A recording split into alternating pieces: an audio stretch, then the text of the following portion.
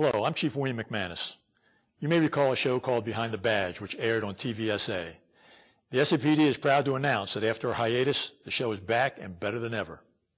We hope to bring you a monthly inside look at what the SAPD is all about, what we're doing, and what we have planned for the future.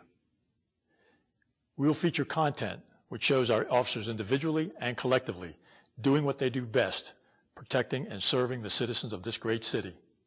In the coming weeks, you'll see a new intro and set design. We're excited to show you everything possible about who we are and what we do. Please check us out and let us know how we're doing and what you'd like to see more of. Feel free to email us any questions or story ideas to behindthebadge@sanantonio.gov. Thanks for watching and enjoy the show.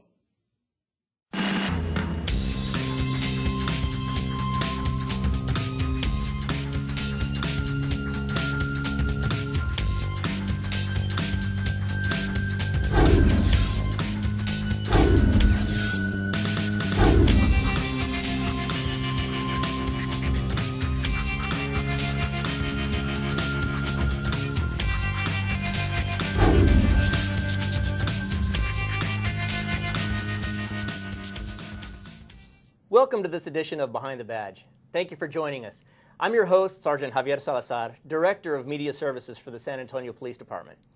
As you may know, this is our first episode in several years, and naturally we wanted to make our return a big one. We chose to take on a topic that's near and dear to our hearts, recruiting. The recruitment of quality applicants has been a major priority for the SAPD.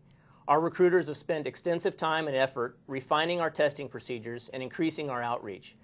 A big part of this outreach involves targeting certain segments of the population we hope to increase our numbers in, and we do this by holding special events. The most recent of these events centered around women in policing. One of the organizers of this event, Officer Yvonne Padilla, will join us today to tell us about how the event went. She'll also tell us about why the event was held, what it accomplished, as well as what the recruiters have planned for the future. Officer Padilla, welcome. Thank you for having me. Thanks for being here. We wanted to hear a little bit about the event, the Women in Policing event. Can you tell us when it was held and where? We had it Saturday, July 27th, and it was held at the San Antonio Police Academy. Oh, good deal. When, how did it go in your eyes as the event organizer and as a recruiter? How do you think it went? It went a lot better than I thought. We were actually anticipating around 150 potential applicants, and we had over 300 women attend our event. So it was a lot more successful than I anticipated. We reached out to the general public and informed them of the event the best that we could, and we had some great numbers. What were they treated to? What did anybody that attended the event, what did they get to see?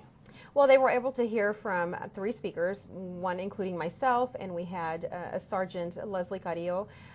We had Officer Annalisa Diaz, and we had Officer Shaunis Bennett. They were able to hear different stories from these 3 women and their successes on the department, the obstacles they were faced with, which is a big challenge for a lot of women who reach out to us in that, how do I have a career in law enforcement and balance family?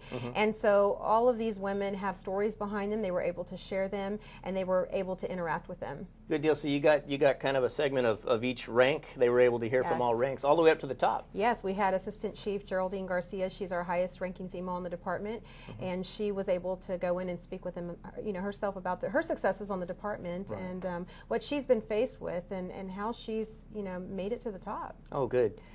So they did, I guess, get a good feel for what these female officers go through on a daily basis, professionally and I guess personally. They got to hear from them personally.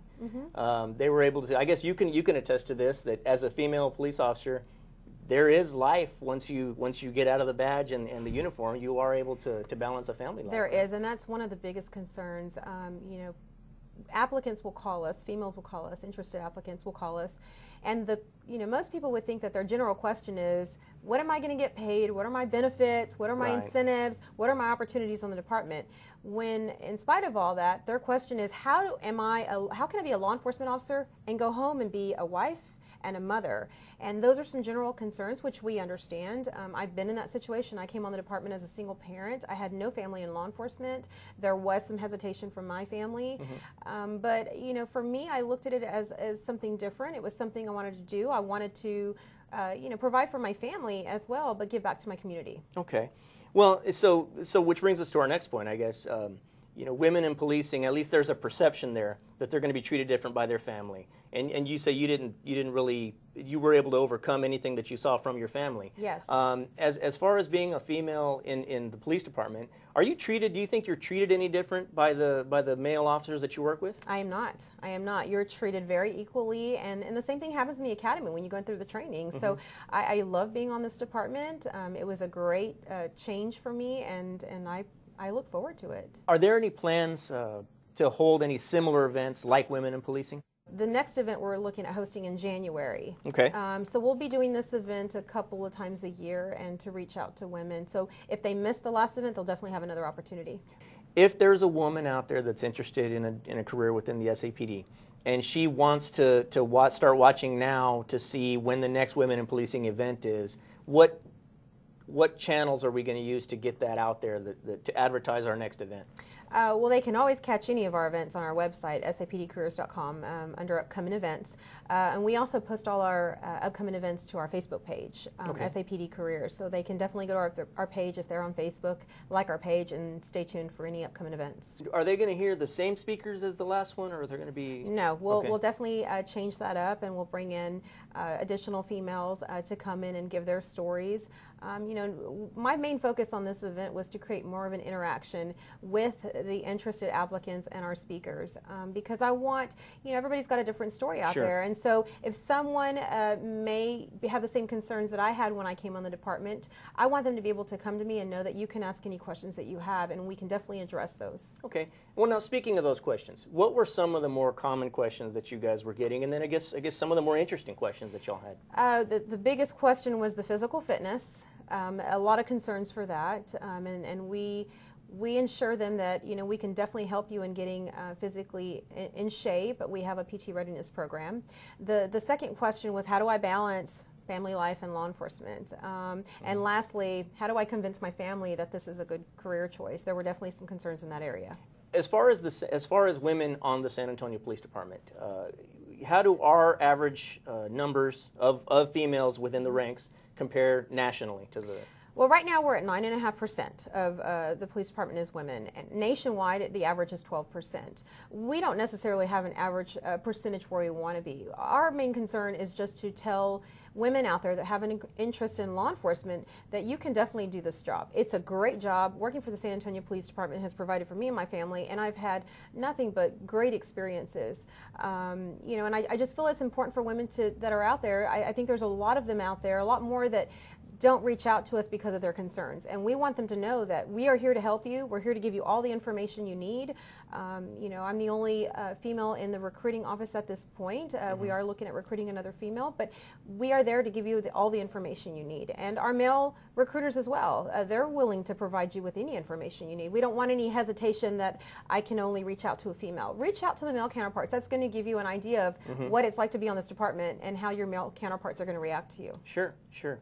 Well, you know, in talking about our numbers, then it would appear that we're somewhat behind the national average. You know, we couldn't even guess as to what to attribute that to. But where would we like to see our numbers? Is there a target that we want to be at? We don't have a target. We don't necessarily have a target. We just want to reach out to all the women that we can and say, you can do this. I did it as a single parent. It was rough, and I had my challenges. But overall, the way I looked at it was with determination that I'm going to provide for me and my family, and at the end of the day, I'm going to go home. I definitely believe that the training, the staff of the academy, at the training academy, all your training and everything kicks in. I've been in situations myself, and I know the concern is the dangers of the job, but understand that the training that you're provided is extremely, it's great training. We get over double the TCLOS hours than you know what TCLOS requires, okay. And so it shouldn't be a concern. Okay, and TCLOS being, of course, Texas Commission on Law Enforcement Officer Standards and Education. That's correct. They are who holds our licenses, and they are who certifies us. And as you're going through police training, you get training hours towards your TCLOS. Yes, exactly. And all that's going to kick in. We never want anybody to come in and think it's a dangerous job. I believe that there are a lot of dangerous jobs out there, and you can be in a situation where you don't feel it's a dangerous job, and things can happen. Sure. But I wear this uniform with pride, and anybody else in this department that's here, they wear it with a lot of pride, and I believe in our training. Okay, good. So, long story short, Can women handle this job? Yes, absolutely. Okay, absolutely. Good. Great. Well, we certainly have all the faith in the world in you and all of our other female police officers. We're certainly proud of the work that you guys do. Don't go away. We're going to take a short break here shortly, okay. but when we come back, we're going to have one of your teammates in recruiting, Officer Chris Cordell here, and of course we'll talk about not only a little bit more about women in policing, but some of the plans that we have moving into the future. Okay. So it's time for a short break, but when we do come back, we'll take a look at what SAPD's recruiters are working on for the coming year. Please come back and join us.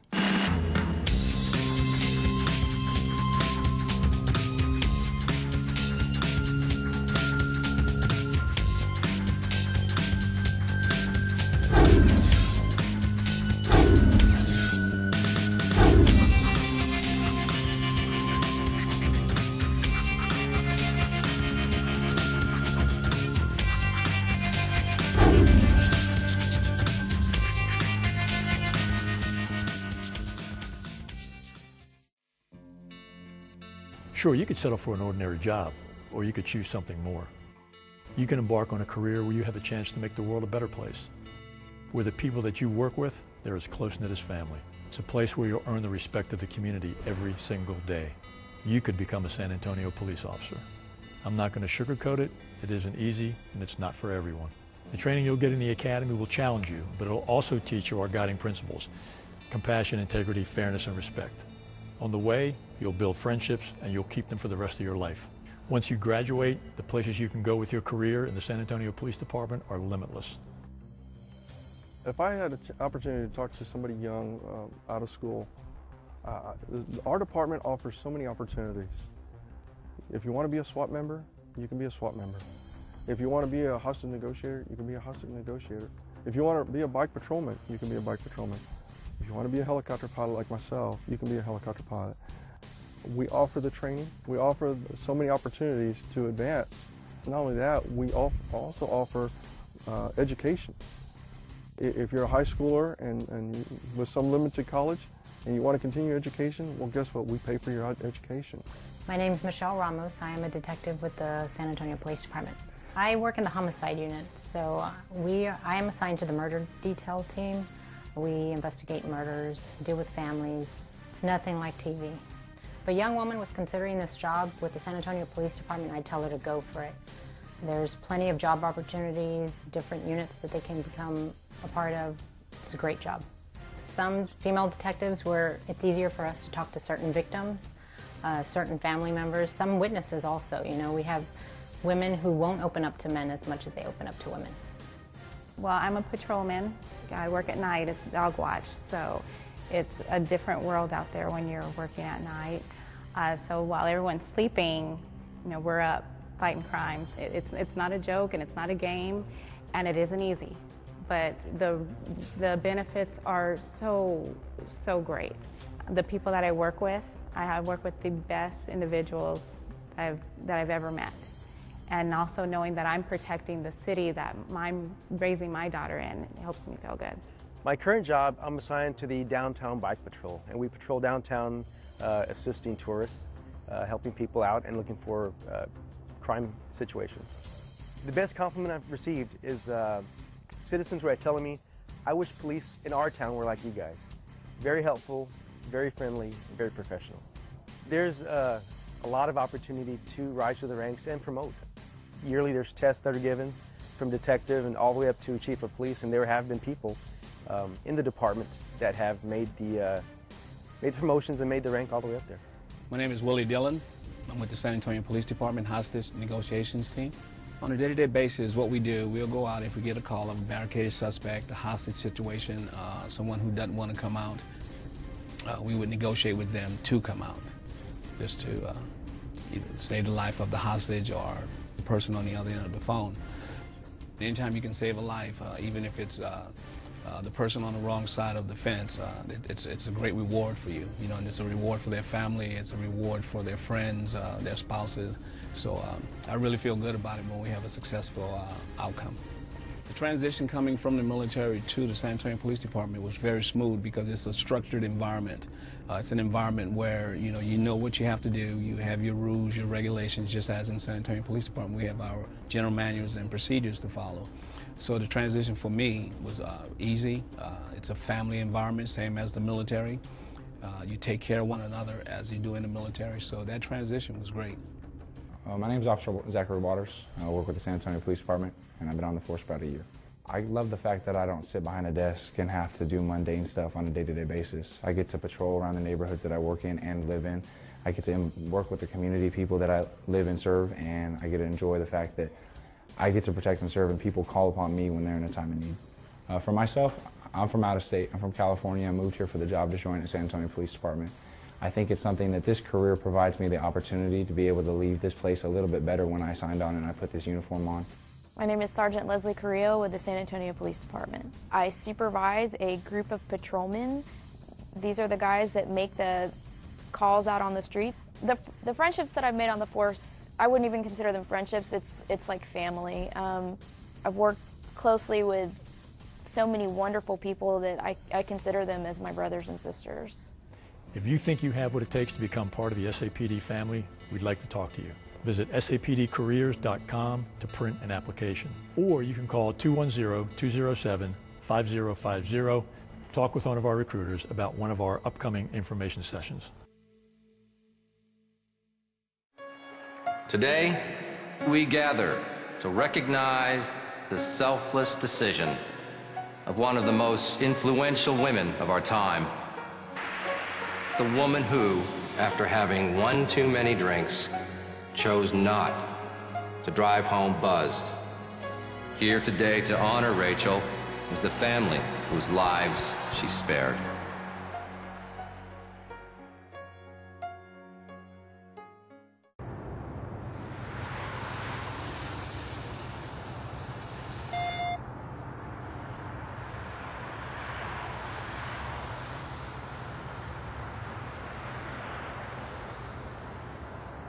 Hello, I'm San Antonio Police Chief William McManus. Did you know that over the past year, we've seen a significant increase in vehicle crashes involving pedestrians? Many of these accidents resulted in serious injury and even death. And the worst part is that most of them could have been prevented by simply following the law. Texas law states, cross the street only in designated crosswalks, follow the signals, and never cross a highway on foot. SAPD officers will be out enforcing these laws. You may not want to be one of those cited, but you really don't want to be one of those injured or killed. Walk safe, San Antonio.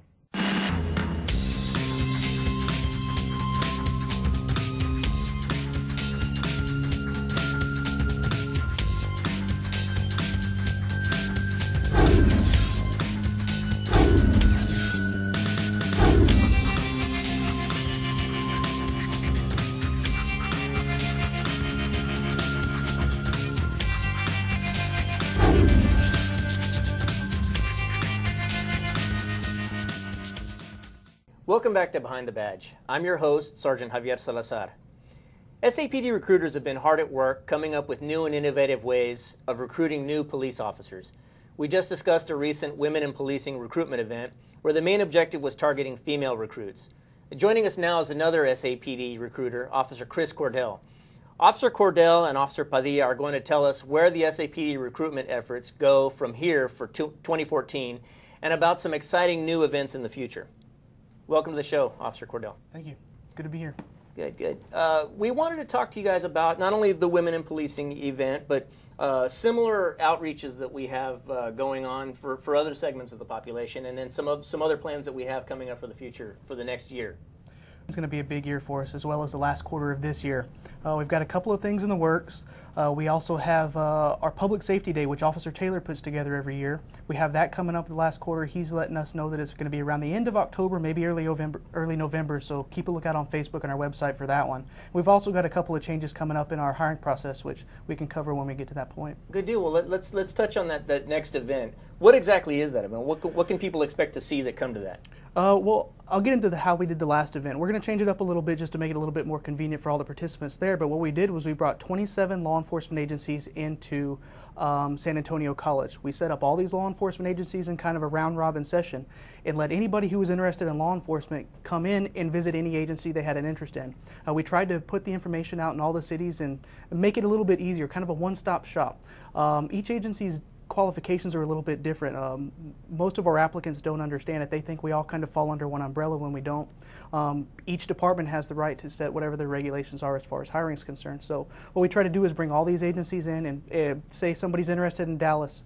They go talk to the Dallas recruiter. They may not be eligible for whatever reason. Dallas can push them on to somebody else. We'd rather have them in law enforcement somewhere than law enforcement, not in law enforcement at all. Okay, good. So that event, I guess it turned out well for you guys, the last one? It did. It did. We just wanted to make it a little bit more user-friendly for everybody there. This is only our second event, so we're just trying to streamline the process and make it much more effective. Sure, these events are like anything else in law enforcement, or anything else for that matter. You Sure. kind of learn as you go along, and each one is bigger and better. Without a so doubt. we're hoping the next one's going to be bigger and better, obviously. Good deal. We're trying. Well, we're looking forward to hearing from that. And then there was something else that you'd mentioned, that there's going to be another change coming that we can talk about, I guess, on the physical. Yeah, we're redoing, I shouldn't say redoing, we're kind of revamping, tailoring our physical fitness portion of the hiring process a little bit more to the job relatedness. Currently right now as it stands, the way that our physical fitness test is performed, it's separated by age and gender, and those are the requirements you're going to have to do. Each applicant is required to do a 1.5 mile run, a certain amount of sit-ups in 1 minute, and a certain amount of push-ups. We're switching over to a timed obstacle course. It's going to be one time for the age, and regardless of age and gender. Oh, good. Okay, so it's certainly an interesting change. I guess, why the emphasis on physical fitness for police recruits? Why is that such a big deal? We see it as far as the application process is concerned, and we also see it once our cadets are in the academy. Right now, it takes about 4 to 6 months to process to get it through our application process. They may have to wait another month or two before the academy class starts. So they could potentially have to wait anywhere from 8 to 10 months from the time they turn in their application to the day they start the academy. That's a long time to kind of get stagnant as far as physical fitness is concerned. During our application process, as the physical fitness standards state now, we lose 40 to 50% of our applicants on that PT test.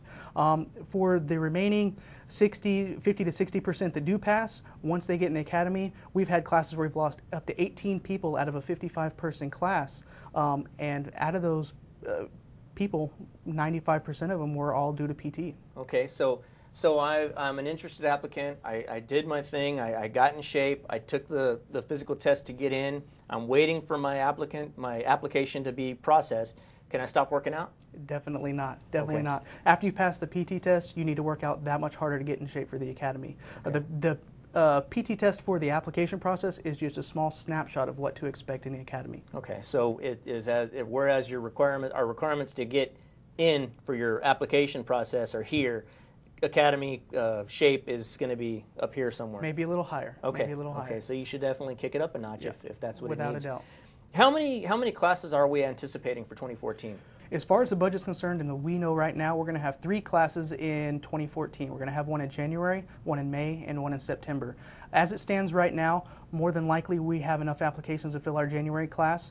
So anybody who turns in their application by the end of this month is more than likely going to be processed for our May class or possibly our August class. Okay, and then how many cadets can we expect in each class, roughly? I would say anywhere from 25 to 35, depending on the number of applications and the amount of time we have to process them.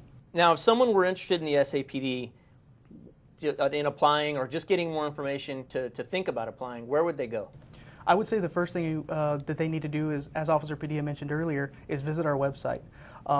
Being prepared as far as what to expect and what's going to be expected of you is, I would say, one of the biggest things we run into. A lot of people come in, they have no idea what to expect. They anticipate, I'm going to download the application, bring in and drop it off. That's very misconstrued when it comes to applications. They need to come in dressed in business attire. They're going to meet with the detective that day, go over the application line by line. We have very specific, for example, we have very specific instructions on how the application needs to be filled out. For example, it needs to be filled out in black ink. It needs to be in your own handwriting. We won't accept it if it's typed. We get these applications coming in the door all the time, and we have to turn people away.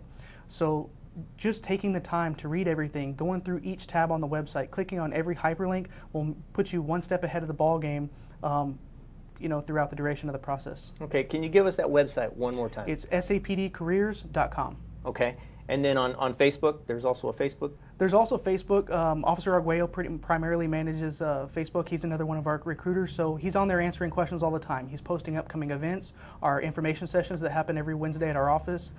We have those at 1 o'clock every Wednesday at our office. And we also have one a month that's held on a Saturday that Officer Taylor takes care of too. So any events, any small little things we have coming up or we're going to be out someplace, Officer Arguello will put it on there and take care of it. Okay, so now I'm hearing then that you guys also hold events that would actually help me get in shape and show me what I need to be doing to get ready for the academy. Without a doubt. Once again, Officer Taylor takes care of our PT readiness program, and basically that program is a fitness program to get all our potential applicants and applicants who have already applied in shape. We don't tailor this program necessarily to the application process. We highly recommend everybody come in and apply once they're already in shape and prepared to pass the original fitness test. Our idea is to kind of tailor your fitness towards the academy life. Okay, so how many steps are there in total in our application process? There are 9 steps from the point of turning in the application to the point of going to Chief's review. Okay. There are 9 steps. The first step would be, once again, submitting the application. Once you submit the application and it's accepted, we're going to go ahead and set you up for the written test as well as the physical fitness test. Each portion of the process you have to pass to proceed on to the next one. So once you pass the written test, you pass the physical test, you're going to be sent on to a background investigator. At this point, you'll be assigned an individual background investigator, and they will take approximately a month to a month and a half from start to finish processing your background. At this point, some of the things that may extend the time is you're going to be required to get more documentation. Something may not be complete. They may be waiting on references. So when they do fill out these applications and that personal history statement, make sure that everything's kind of in order. All it's going to do is speed up your process and make things move a little bit easier for the investigator. Okay. Once the investigator gets your background wrapped up, they're going to send you to an assessment board. A lot of people aren't really familiar with the assessment board, so basically what that is a panel of 3 officers, say ourselves, and the applicant. We're going to put the applicant through a set of law enforcement related scenarios and ask them how would they respond to these scenarios, how would they handle them. And the first question we get out of that one is when we explain it is, well, I've never been in law enforcement, how can I pass this, to be honest with you, we have just as many people who have never been in law enforcement coming straight out of college or as soon as they're eligible, 20 years and 6 months, pass this as we do have people in law enforcement. Sometimes people in law enforcement tend to overthink it. You can still come up with a well-rounded response, non-law enforcement related, a good solution to the problem. Okay, good. So once they pass the assessment board, we get them through that, and then we send them on to polygraph. Polygraph is one of those things that people ask us, well, what am I going to get asked? They don't let us get into it very much, and the questions are tailored to each individual person. We don't just use a blanket statement.